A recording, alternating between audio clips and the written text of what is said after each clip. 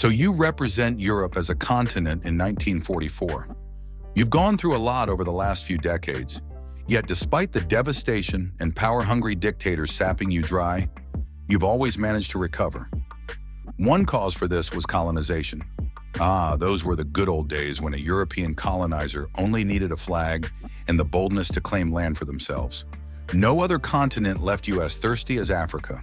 Rubber, tea, wood, cocoa, ivory, gold, and diamonds were just a few of Africa's most valuable resources. Back in the late 19th century, everyone wanted a piece of the action. Britain, France, Portugal, Spain, Germany, and Belgium were eager to seize all of the lucrative resources. To avoid an all-out conflict over Africa's wealth, you did what any good colonizer would do. In 1884, you persuaded everyone at the table to divide the continent among themselves. That way, everyone would get a fair share of Africa's wealth except for the actual Africans. But who cares about them, really? And for a while, your small method functioned flawlessly. Even after World War I, you were able to use all of African resources to pay for and rebuild the damage inflicted by the war. But then came World War II, and things quickly grew ugly. You had grown so accustomed to abusing Africa for whatever you wanted that when the war broke out and you needed more soldiers and men, you reasoned, well, we're already taking Africa's stuff. We might as well take the people too. So you coerced hundreds of thousands of Africans from Algeria to South Africa to join your armies in war campaigns. That was the final straw. You were not only sucking Africa's resources, but you were also targeting its people. The Africans had no interest in who won your little world war. That was enough. It was time for Africa to reclaim what was theirs. So in 1945, just as you were calculating how much diamonds, gold, cocoa, and rubber would be required to restore all of the towns you had destroyed, Africa stood firm. African countries, one by one, negotiated or went to war with their colonizers to gain independence. Because you were running low on almost everything after World War II, those African countries had an advantage. One by one, your primary supplies of diamonds, gold, timber, tea, ivory, and other valuable resources were being taken away from you. It was a complete nightmare. Previously, you just traveled to these places and paid local laborers just enough money to extract resources from the ground for you so that it wasn't deemed slavery. But suddenly, all of Africa's newly independent countries wanted to sell you the same resources. These savages asked you to pay for it so they could use the money for healthcare, education, roads, and cities. Who did they believe you were, Santa Claus? There was no way for Europe to rebuild, prosper, and thrive without African resources. However, there was no way you were going to give in and pay the Africans for anything.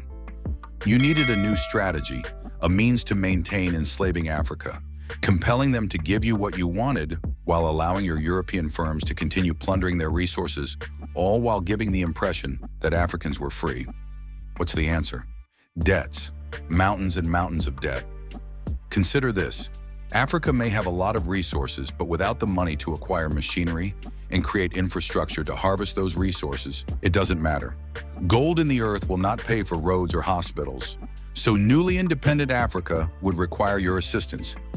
What if you founded an organization with a seemingly harmless name, such as the International Monetary Fund, IMF, or World Bank? What if you used these organizations to provide loans to African countries so they could begin harvesting their resources? On the surface, it appears like you were doing them a huge favor. However, the fine print states that you will have complete control over the money earned from these resources. It would ensure that none of the money they earned could be reinvested in their own nation. Instead, it would all be returned to you. The debts would be so large and the repayment terms so stringent that they would never be able to repay you in whole. With all of that buried in the fine print, you would have de facto control over Africa, its riches, and its governments once more. This time, the entire people would be under the impression that they were truly free. It was a fantastic strategy. And guess what? Nobody reads the fine print. Maintain a risky mindset. This explains why Africa is poor. Africa is indispensable to the modern world. Take the Democratic Republic of the Congo as an example. In 2023, it will manufacture more than 70% of the world's cobalt for cell phones, laptops, and electric vehicles. Africa also accounts for 1/3 of the world's essential mineral supplies, including copper, lithium, nickel, and platinum. 65% of the world's fertile agricultural land. Without it, food insecurity would be commonplace. The development and sale of these resources produce billions of dollars in revenue each year. In 2019, Africa's mineral resources alone generated $46 billion. And that doesn't even include other resources like fish, vegetables, and timber. So despite all of these riches and the money they generate, why is Africa still considered the poorest continent on the planet? How is it possible that practically every African lives below the poverty line, earning less than $1.25 per day? The International Monetary Fund (IMF) and the World Bank each play a role in the solution. In 1944, European countries established the IMF and World Bank to assist one another in rebuilding after the war. The IMF would control trade and make a few loans, whereas the World Bank focused on lending to European countries and Japan. The only option to obtain a World Bank loan was to become an IMF member. Initially, only European and Asian countries expressed interest in participating. No one cared about impoverished African countries as long as they could continue to take resources. However, as African countries gained independence, the IMF and World Bank saw a new opportunity for recolonization under a different guise. Originally designed to help stabilize Europe and Japan, they were later repurposed to extract resources and cheap labor from the developing world, sustaining a colonial dynamic of draining riches from poorer countries. Unlike traditional colonialism, which frequently relied on bloodshed, this modern version employed debt as a weapon. While the IMF does not have firearms, it uses aid and assistance to keep countries in permanent debt. To the outside world, the loans made by the IMF and World Bank appear generous. They pledged billions to African countries to help them develop and thrive. In truth, these were loans with terms and circumstances intended to keep these countries economically dependent. When newly independent African countries required money to educate their populations, purchase machinery, and create infrastructure, they were enticed by promises of financial aid. However, after they signed on, they became entangled in a web of debt, paying off interest while failing to grow. Assume you're an undeveloped African nation in the 1980s. You sorely need funds for education, mining, and infrastructure. However, after years of colonization, you have no money. So you join the IMF and apply for a $1 billion loan at 8% interest. With that money, you want to educate and train people. However, after 1 year, you already owe $80 million in interest.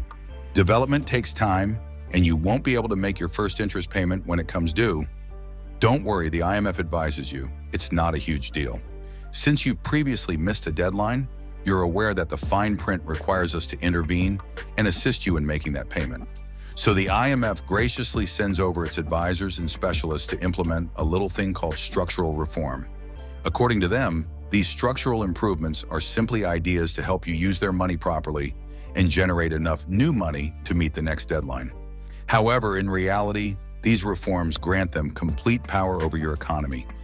The purpose of structural adjustment is to restructure an impoverished country society by prioritizing exports over domestic consumption.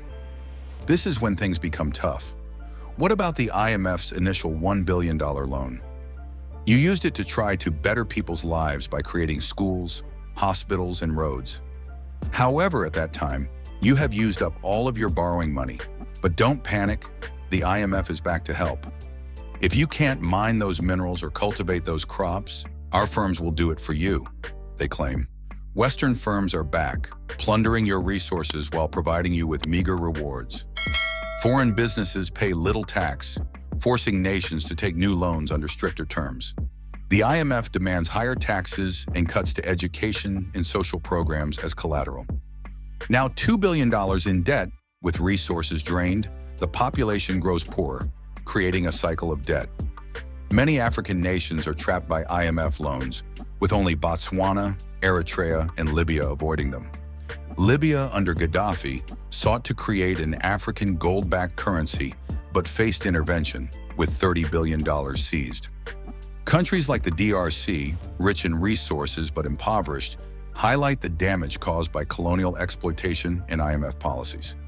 For decades, these institutions have used debt to control Africa, enriching the West. Protests in Kenya and Niger show resistance. But the question remains, can nations break free, or is it too late?